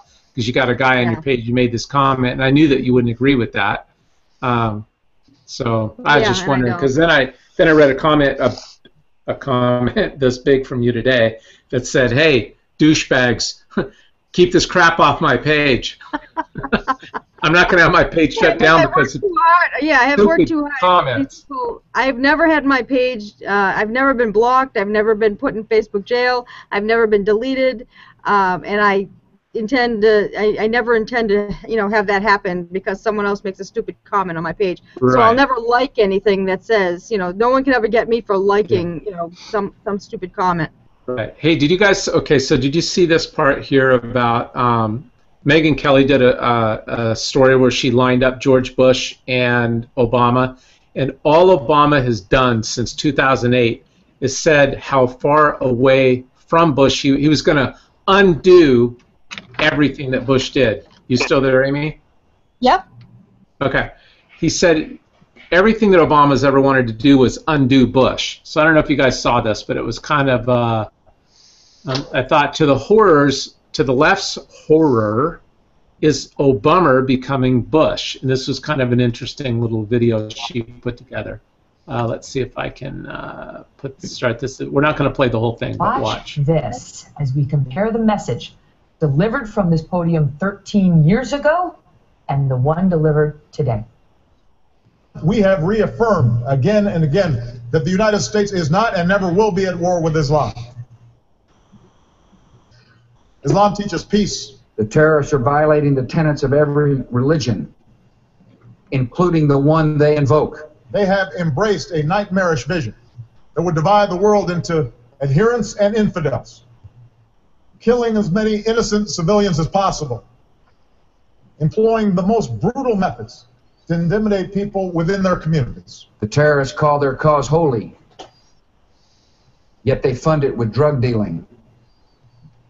They encourage murder and suicide in the name of a great faith that forbids both. And it is no exaggeration to say that humanity's future depends on us uniting against those who would divide us along the fault lines of tribe or sect, race or religion. Civilization itself, the civilization we share, is threatened.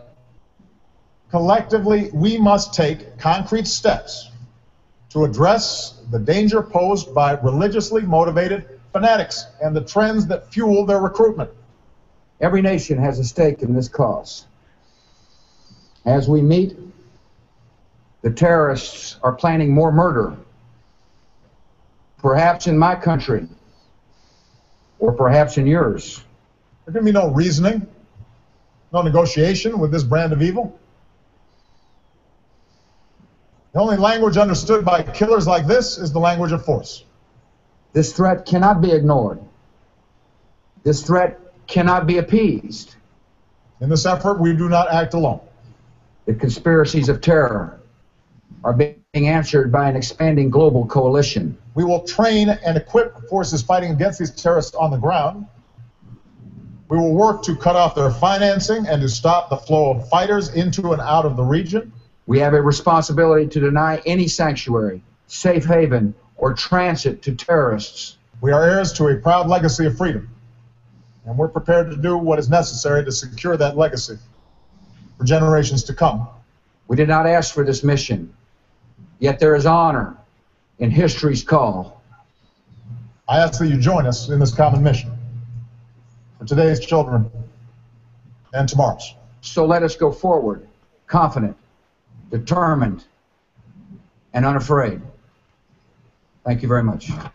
So anyways, I played it longer than I wanted to, but basically the left, you know, he ran, if you look back at some of the videos that they show all the time, every single thing he said was, we've got to undo George Bush. We've got to undo. Everything that George Bush did and said, he ran against. And here he is at the United Nations almost mimicking his same speech. Yeah. And so, you know, I wonder what the left is either shitting their pants, or they're in denial, or they're watching the Kardashians and don't care. Well, did you see today? I'm sorry, go ahead. Go ahead. Did you see today where they had President Clinton on with President Bush, and they said Clinton was saying about Bush right next to him that he had called him several times in the first 2 years of his presidency to ask his opinion on things. He said Bush didn't deny it, and so the whole thing now is, will Obama now call G.W. Bush to talk about what happened?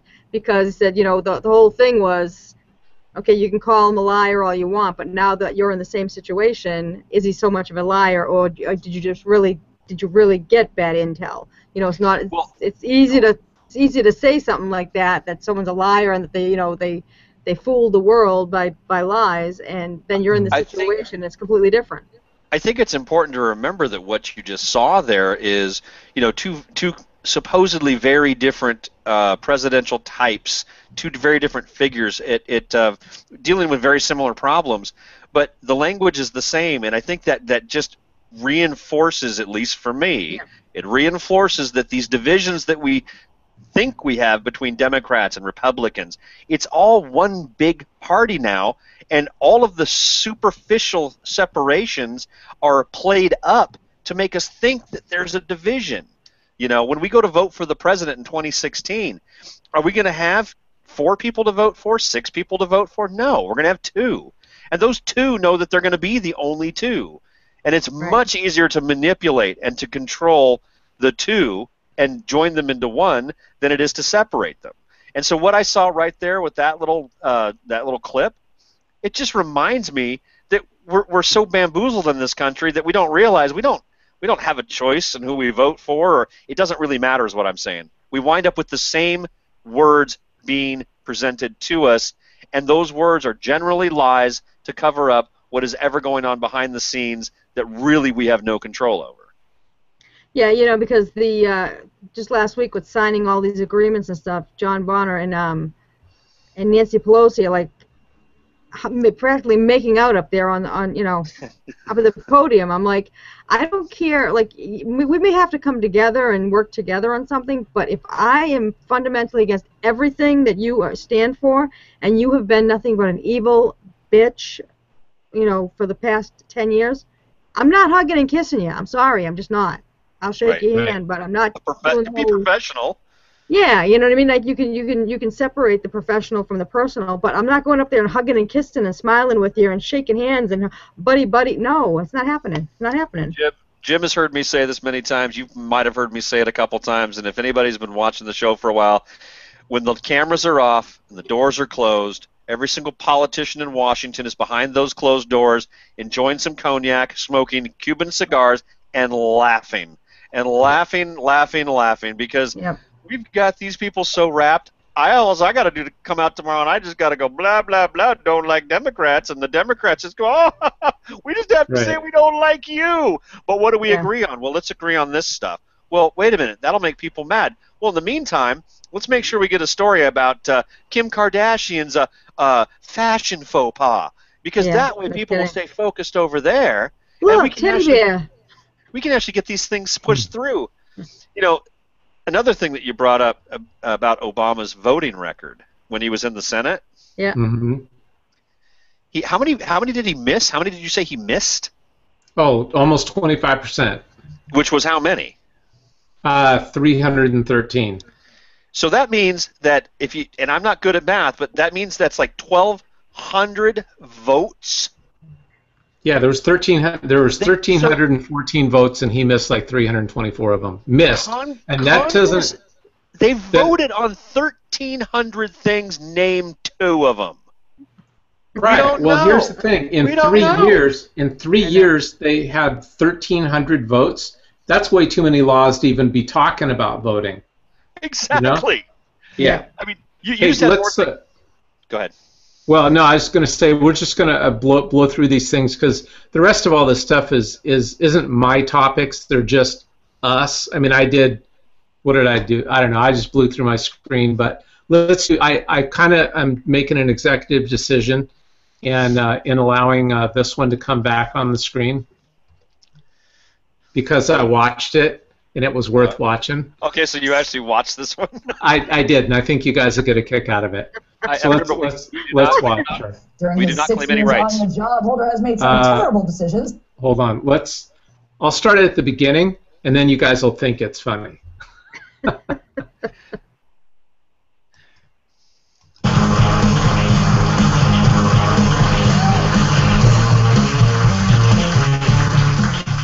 Welcome to News Busted. I'm Jody Miller. Let's get started. Attorney General Eric Holder announced he is resigning. During his 6 years on the job, Holder has made some terrible decisions, but this is a great one. When reached for comment about his resignation, Eric Holder said he's thinking of trying something new. We suggest law enforcement. Last week, President Obama delivered remarks at the UN Climate Summit Conference. Just what the world needs, more hot air. In an interview with Politico, former IRS official Lois Lerner says she didn't do anything wrong. Yes, Lerner would have us all believe that the reason she took the fifth was to conceal what she did right. A security review is underway after a man jumped over the White House fence last week and barged through the unlocked front door. Of course, rather than improve the fence, President Obama wants Congress to pass comprehensive trespassing reform. While exiting his Marine helicopter, President Obama outraged many Americans when he returned a formal military salute with a cup of coffee in his hand. And now he's in trouble with the First Lady, who found out the coffee contained cream and sugar. That I don't doubt. A new report shows that New York Mayor de Blasio dropped and killed the Staten Island groundhog last February. You know what that means? New Yorkers are now in for 4 more years of high taxes. And finally, nude photos of Kim Kardashian have been leaked onto the internet by a hacker. Naturally, Kim's mother, Kris Jenner, is outraged because she doesn't stand to make a dime. Thanks for watching, everybody. I'm Jim. Yes, that wasn't too bad. Hey, she's a pig. She's the #1 pimp in America. Yeah, she is. Did you guys happen to see the video that the beheader's mom put out? Mom and sister apologizing. I think I saw part of it in the news. I'm going to play it. It's about 1 minute long. You didn't see it, Brett? No, I did not. I've got some comments about this one. I've got a rant about this. I don't think it happened anyway. So. I call it the jihadist. I don't really believe that. The jihadist mother speaks. I know my son. My son. Hold on. This is. Listen to this very closely to what she says. I would like to make a statement on behalf of my son, Alton Nolan. My heart is just so heavy right now. I know my son. My son was raised up in a loving home. My son was raised up believing in God. That's what he believed. My son was a good kid. You know, I know what they're saying that he done, but I'm going to tell you this. That's not my son. There's two sides to every story. And we're only hearing one. His family. Our hearts bleed right now. Because what they saying, Alton has done. I want to apologize to both families. Because this is not Alton. But I'm praying that justice will prevail. The whole story will come out. The whole story. Alton, my brother, he's always been a great person, a loving person. He's always been a people's person. He's never been a violent person. So for something like this to have happened, and we're all still in shock right now. We're all still in shock. We just ask that everyone out there pray for us. Yes. Keep us all in your prayers. We're praying for both of the victims' families and the victims, and we just ask that everyone keep us in their prayers. And thank you. Thanks. Okay, here's my take, and then let me hear you guys' opinion. Okay, first of all, sounded a little bit. Obama said about ISIS, that's not Islam. She says about the beheading, that's not my son. So anyways, that's not the whole part. So it just sounded. She says, now God bless this mother and the family. I mean, it's got to be horrifying and shocking. I mean, and they had the courage to get on there and whatever, but. She's talking about two sides to the story, and we got to get the whole story, and we got to get justice. Justice. When you scream out Muslim phrases and Allah, and a head comes off the body and rolls on the ground, there's only one side of the story, and unless that woman who lost her head had a sword in her hand, and they were playing like Kill Bill. Other than that, you got no other side of the story. The whole story is right there. And the guy's in prison where he picked up Islam. And the other thing that ticks me off, and I was going to play a picture of it with it, but I won't. The guy that they show, his little afro, his little beard going here just a little bit, and he's all like, that freaking picture's 3 years old. None of the news, nobody is showing any of the pictures of what he actually looks like close up. Now, the last year, he's got the beard and he's bald. Even if he's not wearing that shucka little hat thingy, he's still bald with that big beard on him, and nobody's showing what he looks like now. Yeah. And the mother didn't ever question that my Alton, who loves God, he does love God. I believe it. He screamed how praise God. Allah, he just used a different name for him. Not God. Anyways, that's my. Well, I like our hearts are bleeding. Okay, not the right thing to say. When your son just beheaded a woman in her workplace and was stabbing another one to death. I mean, our hearts are crying might be a better choice of words, but given who they are, and I'm not saying who they are, but I mean you can see. The background, the whatever, the not probably great educated or whatever, but still. Yeah, it was an absolute inane.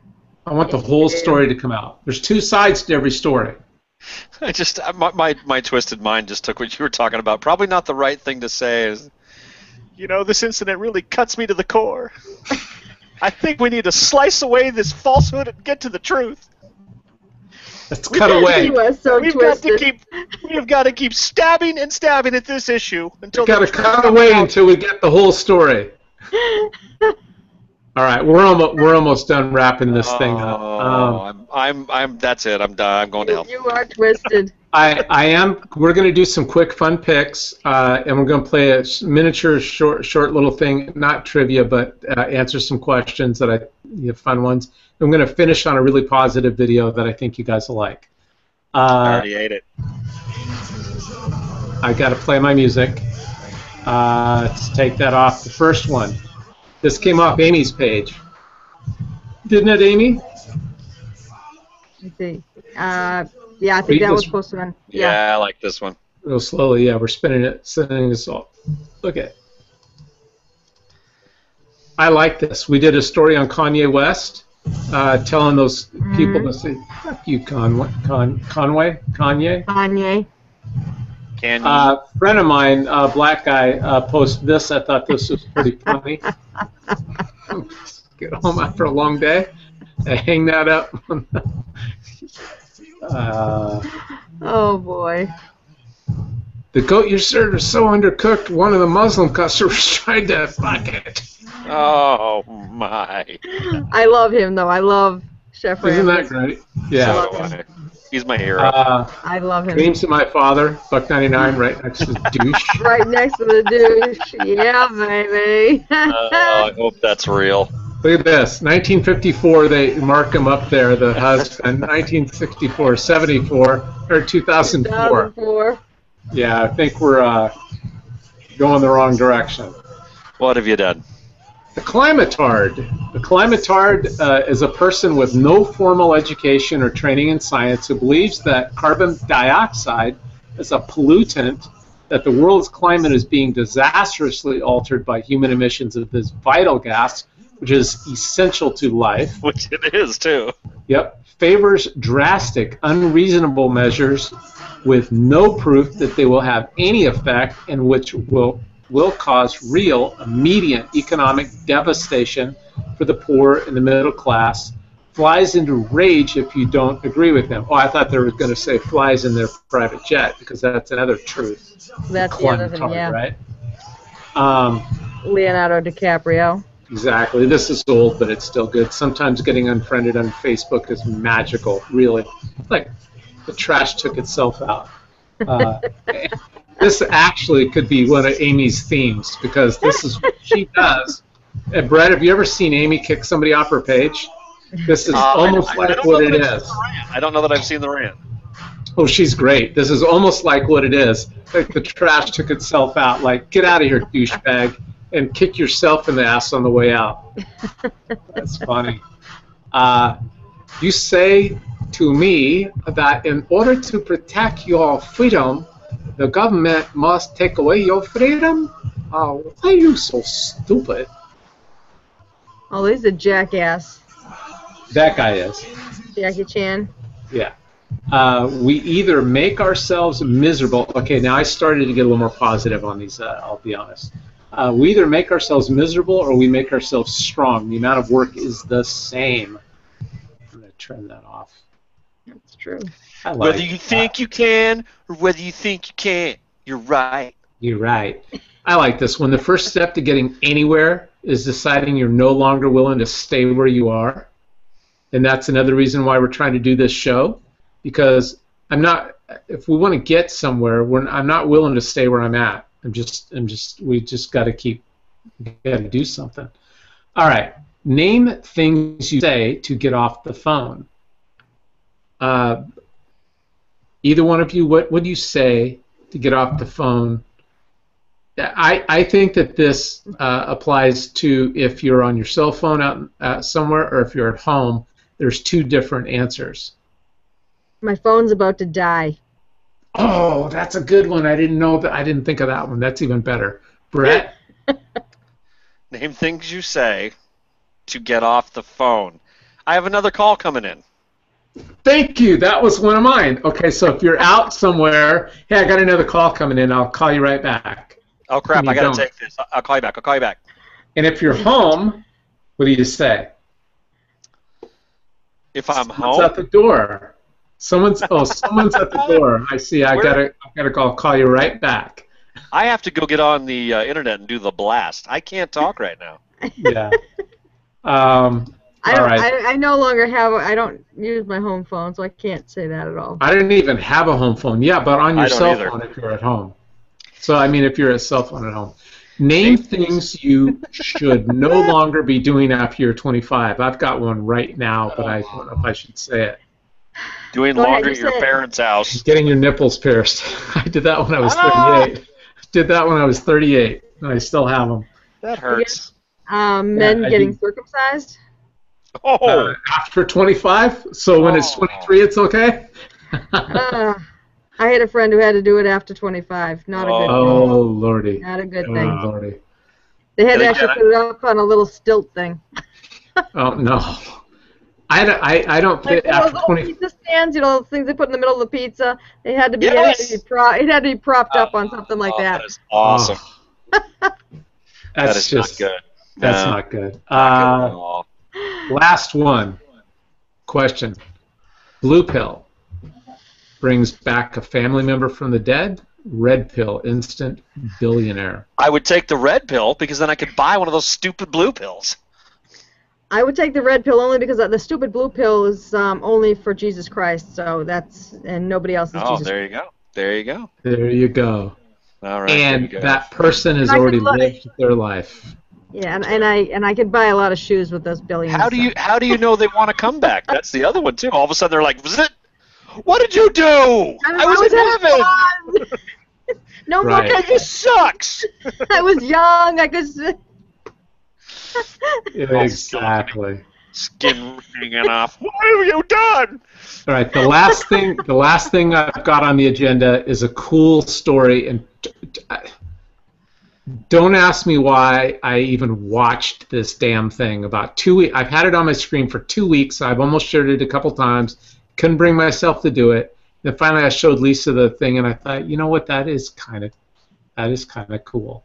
So I'm just going to play the story. It's very corny, but it's real. I liked it. So here goes. Let me just make sure it's sitting at the beginning. It's not, but here we go. In Athens, Georgia, in the bestseller section of this Barnes & Noble, Kathy Rackley found a novel story of her own. I mean, a chance encounter in a bookstore. How wonderful is that? Did you have any idea at all who he was? None. And you didn't tell her? I didn't, but I knew they were going to find out. Yeah. But I wasn't going to say it. Fact is, Kathy may have been the only one in Athens who didn't know the name Malcolm Mitchell. Number 26 for the University of Georgia Bulldogs was one of the top recruits in the country a few years ago. He's Georgia royalty. And presumably, if Kathy had known that, she wouldn't have stood in that Barnes & Noble talking his ear off about the book club she'd just joined. I mean, he like stepped back and he said, "You did?" And he said, "Can I join your book club?" And I said, I don't know if you want to join mine. We're all 40, 50, and 60-year-old women. But Malcolm was undeterred. So now, one of the top wide receivers in the country meets monthly with his book club lady friends. Oh, yeah. And then he went to the wedding? I love that part. He's the only man and the youngest by a generation. But Malcolm doesn't care, nor does he care what anyone thinks. Somebody called me a nerd. It's not a word that I'm used to hearing. Is it okay, though? Are you okay with the label? I was proud of it. Right. It's like a badge of honor to me. Know where I came from. Malcolm confessed to me that when he started college, he could only read at about a junior high level, and it bothered him. So he started putting as much effort into his reading game as his football game. Every free moment, he had a book in his hand. He's now reading things he never dreamed he could. And although some of the book club selections he would never pick himself, Malcolm seems to enjoy them all. Yeah, then it was great. Looking at your life now, all you've accomplished, what are you most proud of? I finished the Hunger Games series in about 2 days. Reading the Hunger Games. Yeah. Have you seen any of the footage? Have you scored touchdowns? That's not your most proud moment? That came natural. That's a gift. I had to work to read. But his greatest talent may lie in his ability to step so outside his comfort zone, to be able to meet people and focus so sincerely on what they have in common instead of their trivial differences. Nice to meet you. Nice to meet you. Sometimes football makes great men, and sometimes great men just happen to play football. That was great. I like that a lot. I had to do that. I thought that's too important not to. Nothing corny about that. Yeah, I dug that story. That's a real man. That guy's such a fag. Man, come on, dude. Sorry. I think on our show. And then there's Brett. There's me. Yeah. I'll show you around like a little wussy man, are you? I'll show you. Play football around your ass. Yeah. We didn't go to the I'll tell you what movie I can read. I can read a defense. But I think our show needs to make sure that we do stuff like that every week, because there's important things going on. You know, if you want to change the world, change your world, your neighbor, your little sphere of friends, people, family, just whatever. And that guy's doing it. That's his. I wish there were some way I could just come bursting in through the door at Jim's right now, and on the camera, all you'd see me is holding him back and just slapping him, going, "Stop it! What has happened, man?" I know. Been running back out. Yeah. Nothing wrong with a positive story. Give me your man card, and I am out of here. You come running into my office and ask for my man card, and I'm like, okay. Man card now.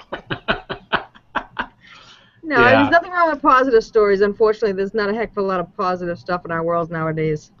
Absolutely. You know, it is a shame, because as I try to every day, I do look for a positive story, and I read one or watch one, and I'm reminded that 10 years ago, 15 years ago, and all of that, there was so much of it bubbling up all over, and you felt good because you knew that around the world in different places that there was a lot of positive going on and good things.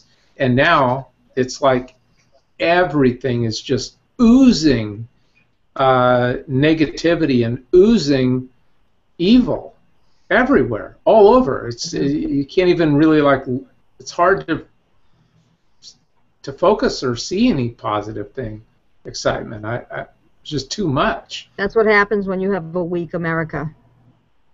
Yeah. Very true. Yeah. It's shocking. We are the beacon of hope of the world, and nobody's breaking down the doors to get into France, Germany, England, unless they're on their way here. I mean, aren't most people? Are we just an anomaly? Aren't most people embarrassed about our country the way that it is right now and our president?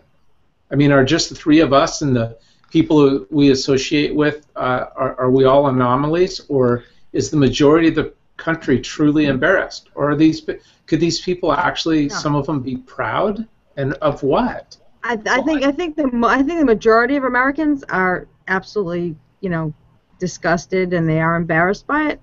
But then you have the small minority that don't think that these fascists have gone far enough, and they just happen to talk louder than anyone else. I would like to suggest that we have so many low information people in this country that nobody really understands what they believe, and they just take whatever the seemingly popular stance is.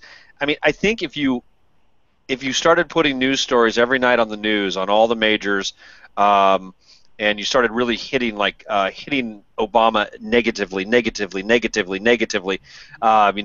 they started to expand on these little maybe insignificant things. Eventually, you would easily see the country swing the other direction, because there are so many people who just don't know what to think. So after they hear it enough, they haven't done any research one way or the other, but if they hear it enough, now all of a sudden they believe it. They believed it the other way. I've got an interesting experiment that I'd like to do, but I can't, because I don't know. I mean, maybe it would involve all three of us. and in a way, it would retard us in our. Tell me this wouldn't be interesting, okay? Right now, we all three feel fairly enlightened. Wouldn't you agree? We feel like we're pretty knowledgeable about stuff. I mean, we're like seeing. I like to think I have a small grasp on the. We're actually seeing some truth, and we're not getting hoodwinked. But it's because we're actually reading things and paying attention and all of that. What if, and I'm not suggesting we actually do it, but what if for the next 60 days, 90 days, we barely looked at, we blocked all the conservative comments and blocked all the conservative likes and pages from coming across our Facebook page, so we didn't get any conservative stuff, and all we got our news from was one of us took ABC, the other CBS, and the other NBC nightly news, and that's all the news we got. After 60 days, what would our thought process or perspective be? What are we talking about the Kardashians? Yeah, I mean, really. Probably. I will tell you this, and this is true. There was a period of my life, and this is going back probably to my, I guess I would have been somewhere in the 22 to 24, 25 range. There's about 3 years where we did not have, I had roommates and stuff at the time, but we did not have a TV in the house, no cable, no nothing. And life really did feel quite a bit different. I mean, we didn't have internet, we didn't have television. It was just all about doing something. I mean, if we wound up sitting there on the couch, we would come up with something to go do, and we would go do it, such as, maybe it was throwing the frisbee, maybe it was going for a hike, but it was always just something. And the whole idea was, let's not sit here and watch TV, and we kind of consciously did that. But I can honestly say that, I had much more of I suppose my attitudes back then would have been much more liberal. But as I have educated myself, to be honest, I probably didn't have an opinion one way or the other, but that's because I wasn't paying attention. Mm. And I think most people today, even, not 20-somethings, but I mean 30-somethings, 40-somethings, 50-somethings, there's such a large number of people in the country that aren't paying attention to anything. I know. That's what's really scary. It's sort of like cramming for a test. That you should have been studying all term, but the big test is tomorrow, and you've got 4 hours before you got to get up and go to the class and take it. And I think that's how a lot of people vote. What are you doing? I don't know. What are you doing? Well, I was thinking, I don't know. I heard his speech the last, so I'll vote for him. Okay.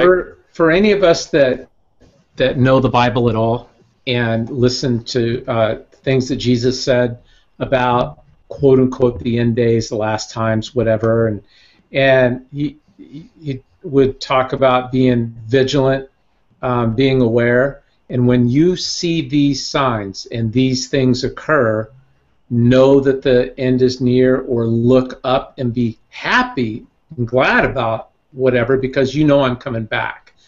And in a way, when we pay attention, basically Jesus is saying, pay attention. We're not supposed to just turn off the news and just do nothing and just watch the Kardashians. We are supposed to pay attention to the signs and the things that are happening, because at least we're going to be aware that, hey, the heat's going to be turned up here pretty soon. At least you're not caught surprised. And so I think that we're called to be aware of things and knowledgeable and be helpful to others. Jim, I think you're right, because a lot of people in my family and other people say, you have to. Isn't there something else you do? Isn't there something else you're passionate about? And being on the computer is not really good all the time, and Facebook, blah blah blah blah blah. But like at Christmas time, I had sent my sister a bunch of. Weekly, I get private messages from people saying we don't always comment, we don't always like the posts, but we appreciate that you're keeping us informed. So please keep it up. Don't ever, don't go away, because we don't have time to do it. So we're glad that you're doing it. So to me, that's important, because and it shows that I'm doing something right. You don't have to agree with me, and I'm not always saying. Sometimes I'll just say, you decide.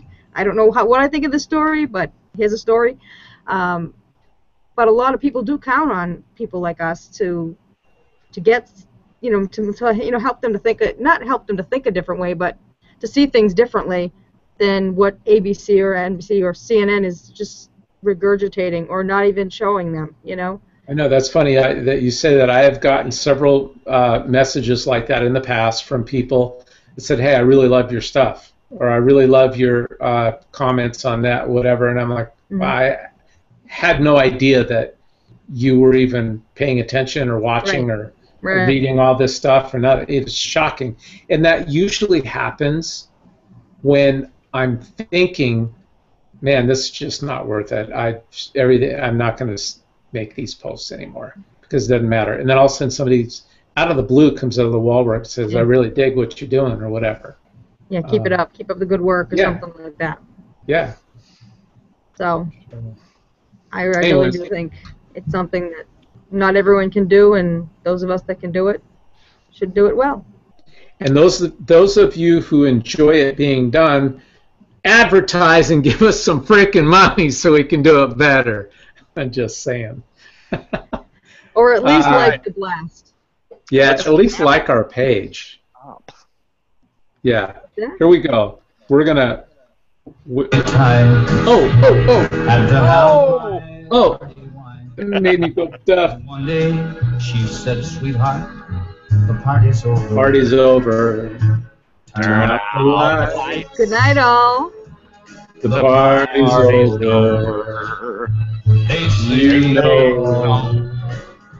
the end is near. Is that how they do it? Turn out the lights. We're all doing the beauty Good night, everybody. pageant wave. Good night.